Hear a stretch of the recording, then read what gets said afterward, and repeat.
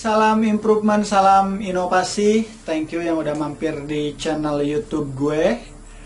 Kali ini gue bakalan ngomongin apa nih? Oh ya, kita bakalan ngomongin yang namanya PDCA, Plan, Do, Check, and Action. Oke, sebelumnya silahkan subscribe dan like video ini jika memang video ini berguna buat lo semua.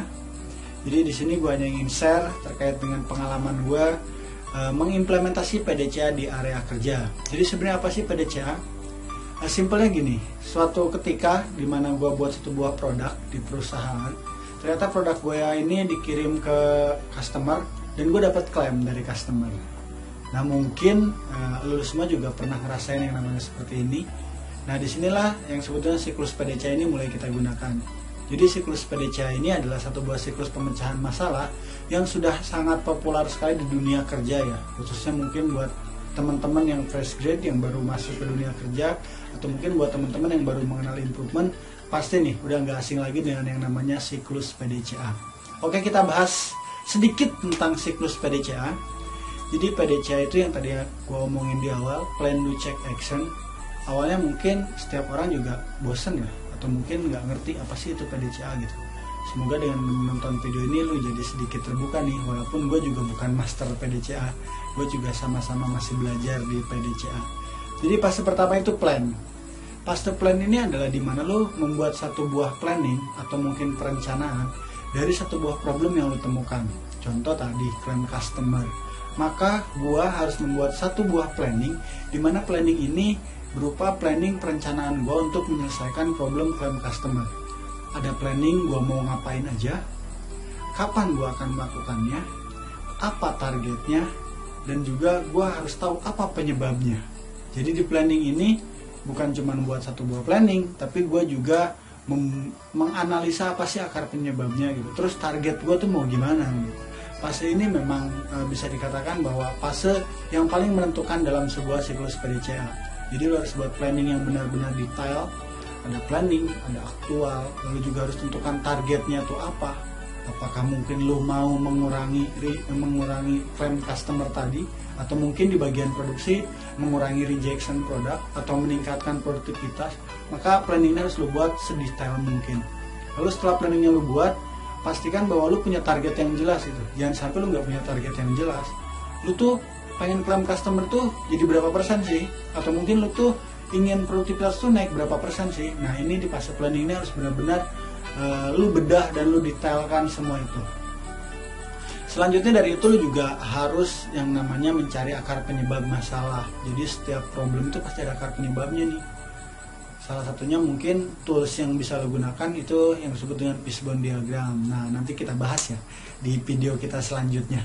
Jadi setelah lu tahu bagaimana akar penyebabnya, baru lu bisa merencanakan apa yang akan lu lakukan. Jadi kedepannya itu setelah lu tahu problemnya adalah A, lu juga sudah punya solusinya, lu harus B, maka fase planning ini berakhir. Selanjutnya setelah fase planning yaitu fase do, dimana lu harus melaksanakan apa yang telah lu rencanakan. Jadi setelah lu tahu problemnya, lu tahu akar masalahnya, lu juga sudah tahu solusinya, maka solusi ini lu laksanakan. Tujuannya adalah satu.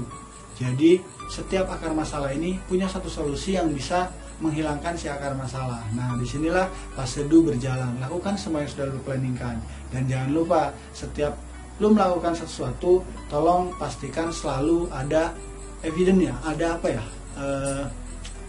Ada datanya gitu. Jadi nggak asal lo dilakuin terus lo bilang berhasil tapi ternyata nggak ada datanya. Enggak, tetap lo harus punya data yang kuat di sini. Jadi setiap perbaikan lo lakukan pastikan selalu tercatat, tertulis, dan ada datanya. Lalu fase selanjutnya setelah do yaitu check.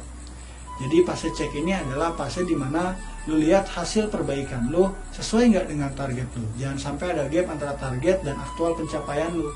Kalau gapnya lebih baik itu bagus, tapi yang jadi masalah ketika gapnya ternyata tidak sesuai dengan target lo. Artinya ada yang salah dengan perbaikan lo.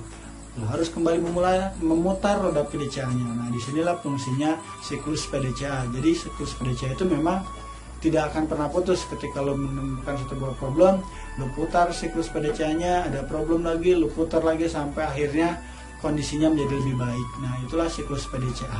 Jadi di fase cek ini lu cek antara target lu sama aktual pencapaian perbaikan lu. sesuai nggak. Kalau memang nggak sesuai, ulangi lagi, putar lagi roda PDCA-nya. Nah, setelah fase cek dan lu pastikan bahwa semua target itu tercapai, yang terakhir adalah fase action. Apa sih itu fase action? Fase action adalah fase di mana lu membuat sebuah standar yang baru. Standar apa? Standar dari hasil improvement lu. Ketika lu sudah membuat satu buah standar yang baru, lu sudah membuat satu buah metode baru. Metode ini harus lu standarkan. Tujuannya apa? Tujuannya adalah agar nanti di kemudian hari atau di next time-nya problem yang sama nggak akan muncul lagi, karena lo sudah membuat standar yang baru. Dengan standar baru ini lo bisa membackup bahwa problem-problem yang sebelumnya itu nggak akan muncul lagi.